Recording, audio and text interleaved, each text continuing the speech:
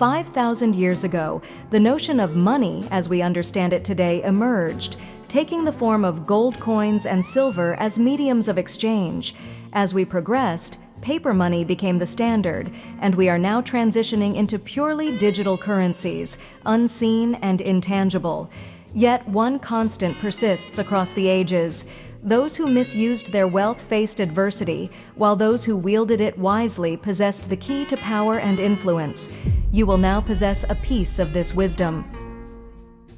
I grew up in a household where money was viewed as extremely scarce, hard to make. Nobody knew the concept of conserving your money and multiplying it. Everybody literally just grabbed like their paycheck and dumped it into something, whatever it is. I remember my father he tried getting into entrepreneurship as well. He tried getting into coaching and mentorship and selling courses and also and all those sorts of things within the Forex markets or something. I'm not sure, right? But he would sell the course and he would make a sale or whatever. He'd make a sale on his coaching. He'd make the sale, and do you know what he would do? The next thing, literally immediately the next thing I remember it, he would walk out of his room, come to us, the rest of the family, and say, "Hey guys, we made a sale, let's go out and eat." And that was a very nice gesture. It was a nice gesture, but it was not one that would help us in the long term. He'd make the sale, we'd go out and eat, and we'd be back at square one. There was no point of that. Literally was no point of that. All we had was like some food and that's it. Now imagine if he kept on making those sales and invested it into possibly, someone he could employ or making the product better or marketing, whatever it is. The money would keep on coming and rolling in. So nobody had this concept of conserving and multiplying. A matter of fact, I was so scared of money being scarce that whenever me and my friends would go outside, I would pretend to be like, "Oh yeah, I'm not hungry, bro, I ate at home." When in reality, I didn't. And when we'd go to the restaurant, there was specifically one guy that I would always sit beside. And the reason I'd sit beside was because he had a small appetite. And I knew this fucker would never finish his food. So I'd purposely, "Oh yeah, hey bro, let me sit beside you." So that when he couldn't finish his food, I'd fucking gobble up the leftovers. That's how bad this case was, bro. I would literally purposely sit beside him, calculate, okay, I need to be close to him the moment we enter the restaurant so that I could step 2 steps behind him so I could take the chair that's right next to him. It was very autistic. But at the end of the day, I sat beside him and I gobbled up his leftovers so that I could conserve the money I had because I thought it was so scarce. Imagine that, bro. Poor little Egyptian kid trying to eat, man. He's hungry. He's literally watching everyone eat. Bro's hungry. He's trying to grow muscle. He's trying to grow in height. He's going through puberty, but he just can't eat because he's broke. Of course, these were terrible money-making habits.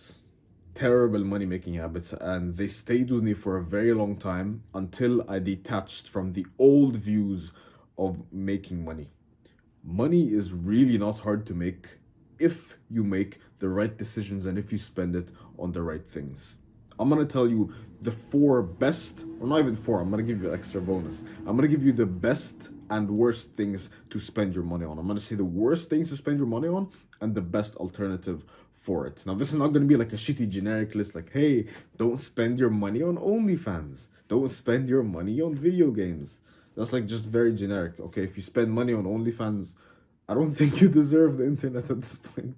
This will not be a shitty conventional list. You must enjoy life at some point. So I'm not going to tell you, "Oh, conserve your money so that you don't go out eating with friends," because I wish I did that when I was younger, right? If you want to go out, eat with your friends, go do that. No, but I'm not going to fucking be an idiot dickhead who stops you. No, bro, conserve the $20 and put it in crypto in your home.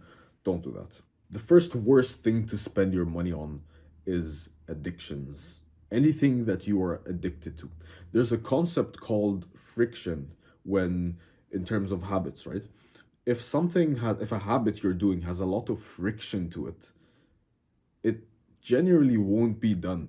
For example, the concept of friction. Imagine if you are addicted to smoking cigarettes and there's a cigarette pack right here, right in front of you on your desk. There's very low friction for you to grab the cigarette and start puffing, right? But imagine if the cigarette was 3 miles down and you had to go buy it from the store. Humans are naturally lazy creatures. Humans naturally, they are just simply lazy creatures. They want the easy way. If the cigarette is right there, there's very low friction. I'll just fucking pick the cigarette up. This isn't a cigarette, by the way. This is a $150 Knife. Anyways, so you probably won't go all the way down 3 miles down the road if you are kind of addicted but not that addicted. So it all depends on friction. And when you spend money on all this bullshit, you really lower the friction. Imagine you go to a gas station, you bulk buy like 3 packs of cigarette. You just lowered the friction for consuming and going into this addiction. Alcohol. A lot of people buy alcohol in bulk. Bro, if you're addicted, you want to increase the amount of friction to whatever addiction it is. Whatever addiction it is, there is always a form of friction you can add to it. Don't buy cigarettes in bulk. Buy like a tiny pack and try and conserve it. Make sure, I don't know, like it depends on your situation. If you have like a porn addiction, bro, go install whatever blockers you can, be around people. I've made many videos on this. If you have a drinking addiction, never buy drinks in bulk. If you have a drug addiction, etc., etc. You want to increase the friction. And the thing is, addictions are honestly like monthly subscriptions where they seep away from your bank account. I knew this girl that I was with a long time ago, and this girl would spend $10,000 a year on vapes, on like juices. I'm not sure if it was $10,000 a year or $10,000 on her lifetime, but she spent 10 grand on fucking vapes. How sad is that, genuinely? So don't allow these things to seep out of your bank account, and not just your bank account, man. They will genuinely seep out of your life.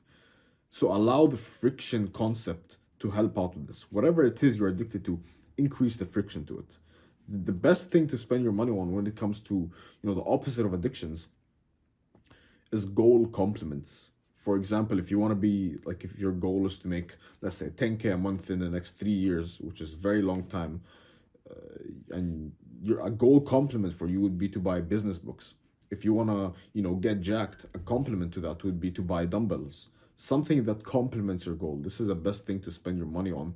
And it is the opposite of spending your money on addictions, which actually take you away from your goal, ruin your health, and destroy your life. The next thing we're going to talk about, and it is one of the worst things to spend your money on, with a disclaimer that I will say, is supplements.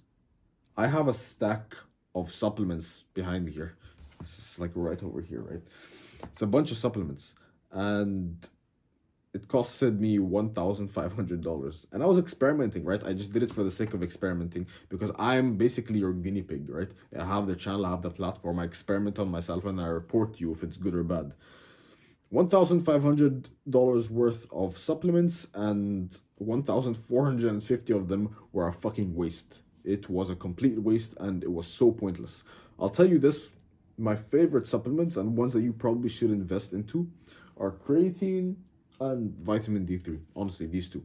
Genuinely, these two. Maybe zinc. Creatine for sure. Vitamin D3 for sure. The rest, probably not. I have like weird shit, man. Like I invested into very weird things, bro. Like look at this one. What is this? Cycloastragenol. I can't even pronounce the name. Cycloastragenol. Yeah. Cycloastragenol capsules. These are supposed to help with the telomeres in your brain, bro. I experimented with this. Bro, I used to take like 30 pills a fucking day. They did nothing to me. They literally did nothing to me. It was pointless. It was a waste. You know what did change? Creatine and vitamin D3. If you're gonna spend money on supplements, spend it on those two and on those two only. Don't be a fucking monkey like me. I did the monkey move so that you don't have to. A lot of these supplements are a complete waste, and you get most, if not everything, from your diet and a healthy lifestyle. So when it comes to the exact thing that you should spend your money on, healthy, nutritious foods that can give you everything you need. Don't just be eating bread and carbs and carbs and bread and carbs. Spend your money on whole foods, not processed rubbish. Number 3, and this is index funds and stocks. Do not spend your money on this bullshit. Disclaimer again, do not spend your money on this if you are broke. A lot of people have the mindset of, oh, if you spend and put in $100 every month until you're fucking 50, then you'll become a millionaire. You really want to become a millionaire 32 years down the line if you're 18? What? I don't know about you, bro, but I'm not waiting 32 years until I'm 50 to become a millionaire, right? That's genuinely stupid. It is such a long game that it isn't even worth playing. And the people who convince you that it's worth, oh, bro, index funds spend 30 years, people who convince you this are lying and they're bullshitters. They made their money through business and they stayed rich through investing. Because let's say you have an index fund that gives you 1% every year. You put in $100,000 into that. You make 1% of $100,000, which is $1,000. 1% every year. That's a pathetic amount. You make $1,000 every year out of like putting in 100K. That's kind of pathetic. Now imagine if you put 10 million, right? Okay, now the numbers are starting to add up and be more secure. Now you just make 100K a year passively. Now imagine put 100 million. That's a million a year passively, right? So it's different when you're not broke, when you have boatloads of money. Now obviously 1% is a very low dividend yield. This is like stock shit, but stock words. But you get the point. Don't invest into index funds that take a shit ton of time to, bring you your money. Very bad idea. The best thing to spend on when it comes to money making is yourself, is mentorship. Because mentorship speeds up the entire process of everything. It speeds it up. You spend it on yourself, you spend it on your business, you spend it on investments, you spend it on your employees. So that instead of taking years to get to 10K a month, you can get to it in literally 6 months through my mentorship. Again, quick plug, first link in the description. Look into Project 10K. But literally, even if it's not my mentorship, bro, if you don't like me, if you like someone else, go spend it on their mentorship, because you will speed up your process so much faster. You speed up your process so much faster of making money and actually blowing your business up. This is how knowledge has been passed for tens of thousands of years. We have the luxury, the ability to take in information from others that no other animal has. And this is how we flourish and survive and thrive, and you're not making use of it. So take the information from someone else, a mentor, a coach. Bro, spend $1,000 in mentorship. Spend $2,000 if it means it will take you closer to your goal. Spend a lot. I guarantee you, whenever I have the chance to spend on mentorship that I know will help me, fuck yes, I'll do it. Spend it on a course, spend it on a program, spend it on a coach, whatever it is, spend it, bro. Spend it on gym memberships. This will help you so much more than spending fucking $20 on index funds. If you put $20 on index funds and you make 1% off $20, you know how much you make, bro? You make 0.02 of a dollar, which is 2 cents. You make 2 cents a year if you put $20. Oh, but with the index funds or compounding interest, whatever. But it takes too long. Too fucking long. Spend it on a gym membership so that you can literally have a better mindset, better body, better physical well-being, better mental well-being. So when you record videos, people take you seriously. Bro, if I was obese, people would not take me seriously. If I was skinny, people would not take me seriously. Spend it on books so you can learn, etc. There's so many things you can spend it on instead of fucking index funds to make money. The fourth worst thing to spend your money on is processed foods. Processed foods, among a few other things, is causing an epidemic of infertility. The processed foods like seed oils, processed foods like foods where you literally look at the ingredient list and you can't even read the things. Foods with dye like red 40, which is literally a carcinogen. You are eating a carcinogen. Foods with ingredient lists that are this long, right? It's a biscuit, but the ingredient list is this long. That's not fucking normal, bro. That's not normal at all. These are the processed foods that you should not be eating. They are making you infertile and they are making you literally brain dead. The brain fog that comes in, it genuinely sucks and you feel like shit afterwards. It's making you look like shit and it's making you feel like shit. To the guys who've been watching the channel constantly, big ups to you, by the way. But if you've been watching the last few videos, I told you I'll make a little experiment where I'd have this one heavily processed junk food meal from outside and see how it affected me. And if I broke out in a couple of days, I would know that this is the culprit for sure. And when I say, stay away from this shit, it's not just bullshit. I said, let's see if I break out in a couple of days. Look here. Or where it is, over here. Look here. In literally 2 days, this shit just spawned. And for the past week, I haven't gotten anything until I had that meal. Processed foods are making you look like shit and they are making you feel like shit. So what's the best thing to spend your money on when it comes to foods? Some damn ribeye steaks, bro. No, literally, you spend it on some good steaks, some good meat, some good animal products, some good eggs, like high pasture raised eggs if you can. Spend it on like unprocessed milk. Spend it on good animal products, right? This is how you genuinely change the way you look. You know, this is a hidden looks maxing tip, right? Your food literally changes the way you look. I'll show up a picture of how I looked like when I was bulking. And it isn't just the, you know, the extra added weight. It's the bloating, it's the skin quality and everything. Look at this picture of how I looked like when I was bulked and eating like shit. I was dirty bulking hard. Look at my skin, look at how I looked, look at like the extra bloat in my cheeks. I did not look healthy at all. And it's quite different now. Fifth worst thing to spend your money on, bottled water. And sometimes you have to because there's no, you know, there's no supply of a better water source. But bottled water is crashing your test and making you impotent and infertile. We've known this is because of the microplastics. In two fish generations or three fish, I forgot what the study was, fish became infertile and they became extinct because of the microplastics that they were breathing and consuming in their water tanks. You could look into that fish study. So what do?